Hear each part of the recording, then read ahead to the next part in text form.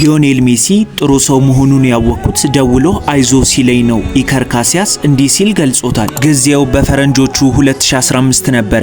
ኢከር ካሲያስ ሪያል ማድሪድን በመልቀቅ የፖርቹጋል ቲም የሆነውን ፖርቶን የተቀላቀለው። ከዛም ከ4 ዓመት ቆይታ በኋላ ኢከር በ2019 ፖርቶ ቤት ያለ በልምምድ ሰዓት ያልተጠበቀ የልብ ድካም ይዞት ወዲያውኑ ወደ ሆስፒታል የገባው። ኢከር ካሲያስ እንዲህ ሲል ይደመጣል። ከትንሽ የማገገም ሁኔታ በኋላም በሚቀጥሉት ቀናት ከማላቀው ስልክ ቁጥር ጥሪ ደረሰኝ። ስልኩንም አነሳውት። እናም በዛ ሰዓት የደወለልኝ ሊዮኔል አንድሬስ ሜሲ ነበር። ሊዮኔል ሜሲም ሄ ኢከር እንዴት ነህ? ቁጥርህን አላገኘሁትም ነበር፣ ነገር ግን አሁን ከፒኩዌ አግኝቼዋለሁ። በፍጥነት እንድታገግም ተስፋ አደርግልሃለሁ። አበባም በፒኩዌ በኩል ልኬልሃለሁ።